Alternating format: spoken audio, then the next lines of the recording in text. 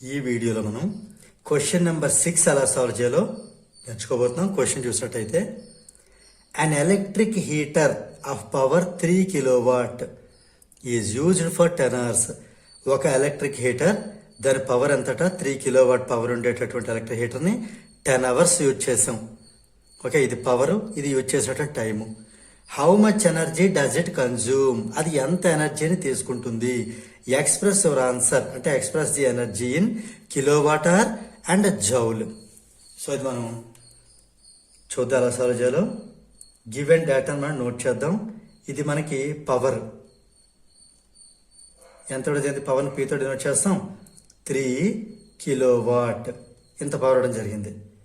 So ఇంత power ఉండే electric heater ఎన్ని అవర్స్ మనం యూజ్ చేసాం దీన్ని, time T is equal to 10 hours use చేసాం.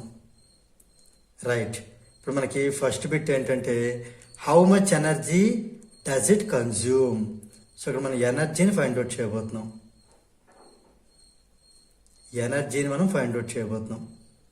ఇక్కడ మనం తెలుసుకోవాల్సిన విషయం ఏంటంటే energy nothing but work done. Energy అంటే వర్క్ డన్ మనం ఫైండ్ అవుట్ చేయబోతున్నాం. వర్క్ డన్ మనం దేనితో డినోట్ చేస్తాం చెప్పాను, డబ్ల్యూతో డినోట్ చేస్తాం. అంటే మనం డబ్ల్యూని ఫైండ్ అవుట్ చేయబోతున్నాం. సింపుల్ చెప్పాలంటే డబ్ల్యూని ఫైండ్ అవుట్ చేయబోతున్నాం. Okay right. సో మనకి ఇప్పుడు మామూలుగా తెలుసు పవర్ పి, దీని ఫార్ములా ఏంటి, W/T, work done by time taken. So మనకి ఇందులో డబ్ల్యూ కావాలి అంటే ఏమవుతుంది, డబ్ల్యూ కావాలంటే ఈ రెండు మల్టిప్లై చేయాలి. అంటే పిని టీతో మల్టిప్లై చేయాలి. అంటే పి వాల్యూ మన పవర్ ఎంత ఇచ్చారు, 3 కిలోవాట్ని టైం 10 అవర్స్తో మల్టిప్లై చేయాలి. మల్టిప్లై చేస్తే 3 10 30 కిలోవాట్ అవర్. ఇటు నుంచి కిలోవాట్, ఇటు నుంచి అవర్ పక్కన రాసేయటమే. సో ఫస్ట్ బిట్ చూడండి, express the energy in kilowatt hour. ఇక ఇది 30 కిలోవాట్ అవర్. సో ఇక్కడ మనం ఏం రాయొచ్చు అంటే ది ఎనర్జీ కన్జ్యూమ్డ్ ఈజ్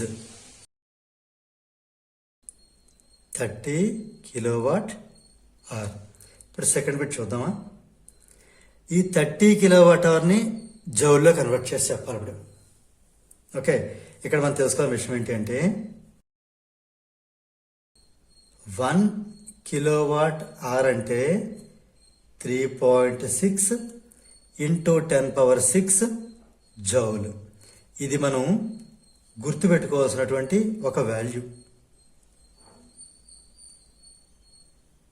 అంటే కిలోవాట్ అవర్ మనం జౌల్స్లో కన్వర్ట్ చేస్తే 1 కిలోవాట్ అవర్ అంటే ఎంత అంటే 3.6 ఇంటూ 10⁶ జౌల్. సో ఇదే లెక్కన మనకి 30 కిలోవాట్ అవర్ కావాలంటే ఇటు 1 కాస్త 30 అవ్వాలి. అంటే ఇటు కూడా ఈ నెంబర్ని 30తో మనం మల్టిప్లై చేయాలి. ఇటు కూడా మనం 30తో మల్టిప్లై చేద్దాం.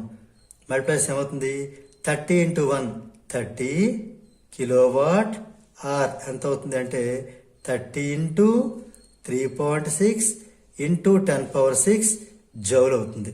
కానీ ఇలా మనం రాయకూడదు కదా, ఒక స్టాండర్డ్ ఫామ్లో రాయాలి. అది ఎలా రాయాలి, ఫస్ట్ దీన్ని 3 ఇంటూ 10 ఇంటూ 3.6 ఇంటూ 10⁶ జౌల్ అని రాస్తున్నాను. 30ని 3 ఇంటూ 10 అని రాశాను. ఈ రెండు మల్టిప్లై చేయడం వల్ల ఈ పాయింట్ అనేది రిమూవ్ అవుతుంది.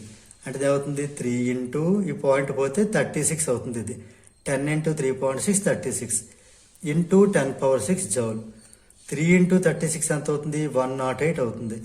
108 ఇంటూ 10⁶ జౌల్. కానీ మనకి స్టాండర్డ్ ఫార్ములా ఏం చెప్తుందంటే ఒక నెంబర్తో డిజిట్ ఉండాలి.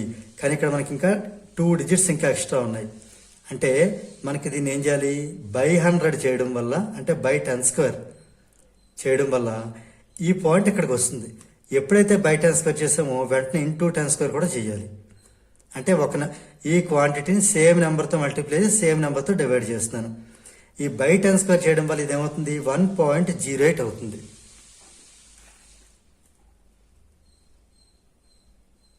ఇంటూ ఇది మనకి ఎక్స్పోనెంట్స్. ఈ రెండు పవర్స్ కూడా bases are equal, powers can be added.